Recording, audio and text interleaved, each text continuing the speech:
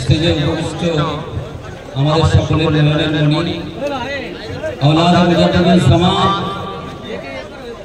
বাংলার রাহবার পীরজাদা হযরত মাওলানা আব্বাস সিদ্দিকী ওয়াল কুরাইশি দামাত বারকাতুহু, উপস্থিত হযরত উলামায়ে কিরাম, সমাবেত হাজার হাজার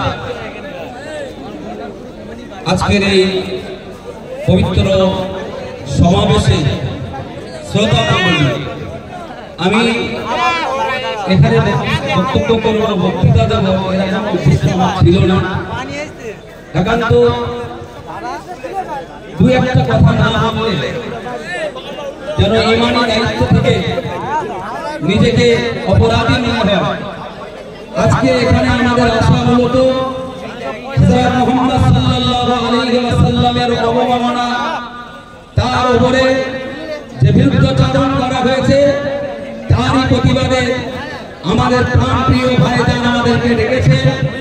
আমরা ভাইজানের আহ্বানে আল্লাহ রাসূল সাল্লাল্লাহু আলাইহি ওয়াসাল্লামের মর্যাদা রক্ষার্থে এখানে আমরা উপস্থিত হয়েছি। মনে রাখবেন, একটা কথা বলি, কোরআনুল কারীমে মহান আল্লাহ বলেন, ইন্নাকা লাআলা খুলুকিন আযীম।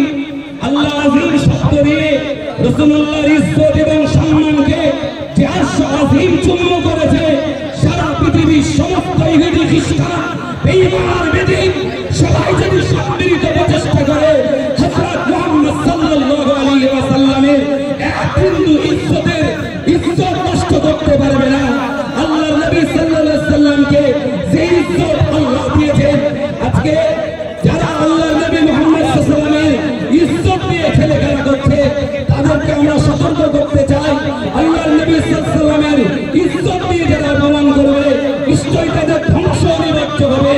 পৃথিবীতে আমরা হযরত মুহাম্মদ সাল্লাল্লাহু আলাইহি ওয়াসাল্লামকে গবেষণা করতে দেখেছি। মাইকেল এইস হার্ট তিনি 100 বছর জীবনী লিখেছেন, হযরত মুহাম্মদের জীবনী সবার আগে তিনি দিয়েছেন। এনসাইক্লোপিডিয়া অফ বোটানিক্যাল কাংগ্রেসে all the greatest religious person হযরত মুহাম্মদ সম্পর্কে অনেক কথা সেখানে বলা আছে। সময়ের অভাবে আমি তো বলতে পারছি না। আল্লাহ পাক কোরআনে বলেছেন, ইয়া আইয়ুহান নাস ইন্নী রাসূলুল্লাহি ইলাইকুম জামিআ। হে মুহাম্মদ সাল্লাল্লাহু আলাইহি ওয়াসাল্লাম, আপনি বলেন আপনি শুধু মুসলমানের নবী নন, সকলের নবী আমি। আপনি সকলের নবী। রাসূলুল্লাহ যখন সবার নবী, নবীর উপরে কোনো আঘাত পেলে সবার গা জ্বালা করবে না, করবে না? আরে বলে নবীর জন্য জান দিতে পারবো না, পারবো না? রক্ত দিতে পারবো না, পারবো না? ভাইজানের আহ্বানে নবীর ইজ্জতে আমরা রক্ত চাইলে রক্ত দিতে পারবো না, পারবো না? নারায়ে তাকবীর। কোরআনুল কারীমের শেষ কথা বলে আমি আলোচনা শেষ করছি। আমার আল্লাহ বলেন, ইয়া আইয়ুহান নাস ইন্না খালাকনাকুম মিন যাকারিন ওয়া উনসা ওয়া জাআলনাকুম শুউবা ওয়া ক্বাবাইলা লিতাআরাফু। আল্লাহ পাক বলেন, তার এই কথার ব্যাখ্যা, so every man of the world brother is another, the king is brother of the king is brother of the poor is brother of the rice, the king is brother of the subject is brother of the right of the king. সাল্লাল্লাহুল আযীম। অসংখ্য ধন্যবাদ। এখন আর বিস্তারিত সময় নয়। আমার ডাকে কারা সাড়া দিয়ে যেতে রাজি আছে?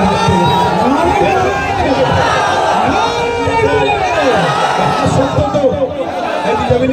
হাত সত্য তো? জোরে বলে হাত সত্য তো? গাছে তুলে মই কাটছেন না তো? শুনে রাখেন, নিজের জন্য লড়াই করিনি। যদি নিজের জন্য লড়াই করতাম, যেদিন বাপ মাকে গাল দিয়েছিল সেদিন রাস্তায় নামতাম।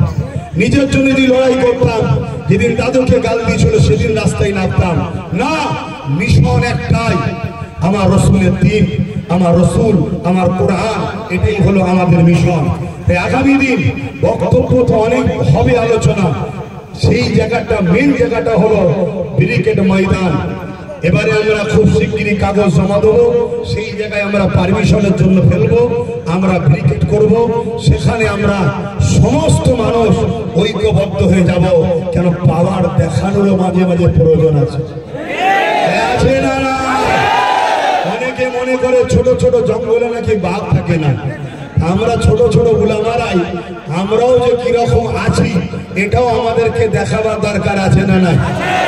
দেশের প্রতি বছরের 26শে জানুয়ারি কলিকাতাতে মাটির তলা থেকে আমার দেশের মহানায়ক যারা সেনারা বাহির হয়, জানেন তো নাকি? কেন? এটা আমরা মাঝে মাঝে দেখায় পাকিস্তান মুখ সামলে কথা বলাম কিছু সে কম নেই, এটা দেখানো দরকার আছে না নাই? দেশের মধ্যে যারা আবার বিভাজন করছে গাদ্দার আছে তাদেরকেও দেখাবার জন্য ব্যারিকেডে যাওয়া দরকার আছে না নাই? ব্যারিকেড ডাকলে দুটো লাভ হবে, একটা হলো পাড়ার ছদ্মবেশী মুসলিম সুরাতে মুনাফিকগুলোকে চেনা যাবে, কে রোকে দেখা দরকার আছে। দ্বিতীয় নম্বর কি লাভ হবে? আমাদের সংবিধানের 25 নম্বর আর্টিকেলে আছে মানুষ তার নিজের ধর্ম করবে, নিজের ধর্মের প্রচার করবে, নিজের ধর্মকে পিয়ার করবে, কারো বাধা দিবার অধিকার নেই। তাই ভারতবর্ষে কেউ যদি বলে আমি ন্যাংটো ঠাকাটাই আমার ধর্ম, ওটাকেও বাধা দিবার অধিকার নেই। কেউ যদি বলে আমার অন্য জায়গায় ঘন্টা চলিয়ে দেওয়াটাও ধর্ম, ওতেও বাধা দিবার আমাদের অধিকার। কেউ যদি বলে পাঁচটাই আমার খোদা, ওকেও বাধা দিবার অধিকার। কেউ যদি বলে সূর্য আমার প্রভু, ওকে বাধা দিবার অধিকার। কেন? সবাই নিজ নিজ পছন্দ, ঠিক না বেঠিক? কেউ যদি রাত্রিরে শোয় এক খোদা দিয়ে ঘুম থেকে উঠে আর এক খোদা ধরে, এতেও বাধা দিবার অধিকার।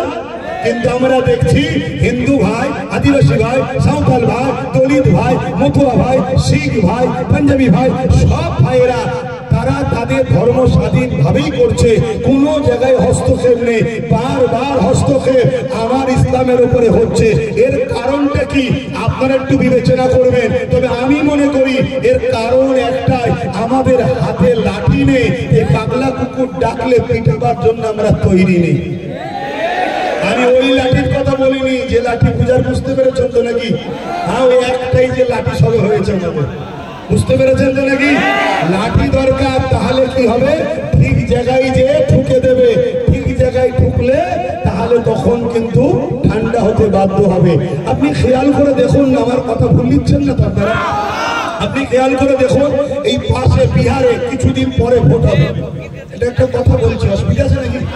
এখন আমাদের মধ্যে ধারণা রাজনীতির কথা হুজুররা বলবে কেন? হুজুররা শুধু পানিতে ঘুম দেবে। হুজুরদের, মৌলী সাহেবদের, ইমাম সাহেবদের কাজ রাজনীতি করা বলা নয়। আরে ওমর ফারুক হুজুর আপনার পৃথিবী চালিয়েছে, আবার ইমামতিতে দাঁড়িয়ে নামাজও পড়িয়েছে। আজ আমাদের উলামাগুলো কেন এরা নেতা লিডার হতে পারবে না? কেন এরা ইমাম করবে না? আমার এলাকার নেতৃত্ব দেবে না? যেখানে শরীয়তে ছাড় আছে, তোমার বাধা দিবার অধিকার কে দিয়েছে? এটা ভাবতে হবে। আমাদের তো ক্ষতি সব থেকে বেশি তারাই করলো যারা বললো জাকাত আর মাদ্রাসা আমাদের, বাকি সব তোদের। তারাই তো শেষ করেছে আমাদের ঘরে। আজকে আমার ছেলে যদি 90% নম্বর পায়, তাকে একটা স্কুলে ভর্তি করতে গেলে সেখানে পারমিট সুপারিশ ছাড়া হবে না। সুপারিশ নিতে যার কাছে যাবেন, সে সকালে একবার হয়, বিকালে একবার হয়, দুপুরে একবার হয়, রাত্রিরে একবার হয়। এই করে করে হ্যারাসমেন্ট করছে। আমার পরিবারের কেউ অসুস্থ হলে যদি একটা সার্টিফিকেট লাগে, সই লাগে, এখানে যা, ওখানে যা, এখানে আয়, ওখানে আয়, এই করে করে আমাদেরকে হ্যারাসমেন্ট করতে হচ্ছে। আজকে ওলামারা নিচয় বসে আর দুনিয়ার চোর নেতাগুলো তারা গদিতে বসে। আমরা আর কত নিচু হব? আর কত নিচু হব? যখন আমার ইসলামের উপর আঘাত হয়, সব রাস্তায় নেমে পড়ো, আন্দোলন করতে শুরু করো। ঠিক এইভাবে কেন রাস্তায় নেমে ঐক্যবদ্ধ হয়ে বললে না যে আমরা লিডার তৈরি করবো? আমার ইসলামের উপর আঘাত এলে তারা প্রতিরোধ করবে, আমরা ঘরে কাজ করব। এটা ভাবলে না কেন? আজকে বলো, এই পশ্চিম বাংলায় আমরা সাধারণ আলেম মানুষ, তোমরা সাধারণ খেটে খাওয়া মানুষ, যারা বড় বড় ক্ষমতাশালী মানুষ, কই তারা কেউ প্রতিবাদ করছে না? কাদেরকে তোমরা ক্ষমতায় রাখো? এমন ভাবো। আমার তো একটা ছোট্ট কথা বলতে গিয়ে চলে গেলাম। বিহারে ভোট হচ্ছে, জানেন তো নাকি? কদিন পরে তো এই ভোটেতে সম্ভবত লালু যাদব নাকি বলে তার ছেলেকে জিজ্ঞেস করছে, জাইলাম মোহাম্মদ সাল্লাল্লাহু আলাইহি পুরো দেশে একটা আলোচনা চলছে, এলি আপনার রায় কি?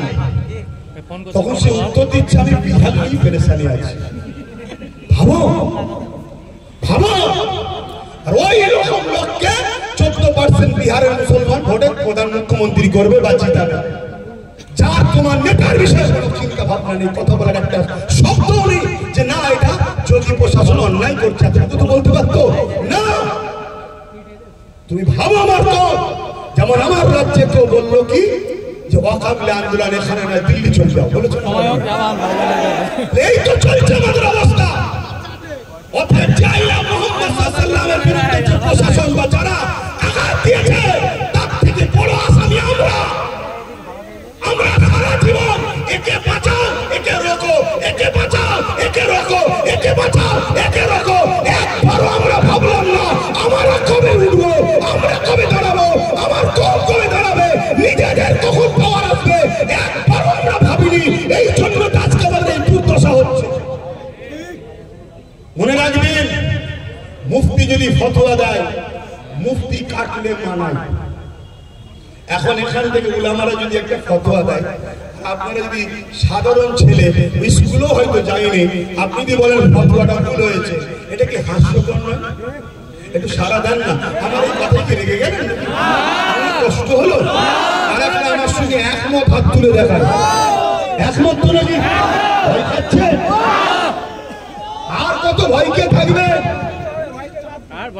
সব আঘাত দিতে দিতে দিতে দিতে আমাদের জানের থেকে বেশি প্রিয় সেই রসুলের নাম লেখাতে এখন অ্যালার্জি হচ্ছে। এখনো বুঝতে আমাদের বাকি ওই উত্তরপ্রদেশে এই টাকালে আসার আগে যতগুলো সরকার ছিল সব সেকুলারের নামে আজকে যখন এত বড় একটা অন্যায় হচ্ছে সেই সেকুলার সরকারের প্রধানগুলো মুসলমানের পাশে কি দাঁড়িয়েছে? আজকে আমরা তাদেরকে সেকুলার মনে করে ছুটছি। কাল একটা দিন আসবে এরাও সব শীতের ঘুম ঘুমাবে আমরা একা ফেসে যাব। অতএব সময় থাকতে থাকতে নিজের হাতে লাঠি তৈরি করো। বোঝার হয় বোঝো আর যদি খারাপ লাগে তাহলে আমার কিছু বলার নেই আমার থেকে দূরে থাকবে। আসলে হক কথা বলবো কি ভাইরা উলামা হওয়া সুযোগ হচ্ছে নাকি? এখন উলামারা বলবো তো ভয় খাবে কিন্তু সামনে ক্যামেরা তাহলে বলেন আজকে উলামাদের স্বাধীনতা কোথায়? মুসলিম যুবক বলো তোমাদেরকে যারা নামাজ শিখায় রোজা শিখায় আল্লাহ চিনাই নবী চিনাই দরুদ পড়ায় তোমাদের জন্য হাত তুলে তুলে দোয়া চায় সেই উলামাদের নিরাপত্তা কোথায়? রাত্রিরে জলসা করে আসবে ঘরে ফিরবে কোনো নিরাপত্তা নাই। কেন একদল বাবরি দাল উদাল লাফালাফি করছে কখন যে কাকে ধরে আটকে দিয়ে বিভিন্ন স্লোগানে মেরে ফেলবে কোনো গ্যারান্টি নাই। আর যখনই মেরে ফেলবে তোমরা রাস্তায় নামবে তাদেরই পুলিশ আসবে এসে তোমাদেরকে বলবে সব থেকে দিচ্ছি সব থেকে দিচ্ছি। 2-5 জনকে সামনে করতে ঢুকবে হালকা ধারা দেবে পরের দিন জামিন হয়ে যাবে তোমরাও ঠান্ডায় ঘরে চলে গেলে। তাহলে যারা তোমার দিনের প্রচার করছে তাদের জন্য তোমরা কি করেছো বলো? ভাবো যুবক ভাবো যে যার তার উলামাকে সম্মান করে নে যে যার তার ধর্মান্যতাকে ভালোবাসে না সে জাতের উপর আল্লাহর লানত কামনা তো কি হবে? ভাবো ভাইরা ইমাম যদি নাও দাঁড়ায় ইমাম তো শিক্ষা দিতে পারে। আলেম যদি নিজে ডাইরেক্ট নাও আসে আলেম তো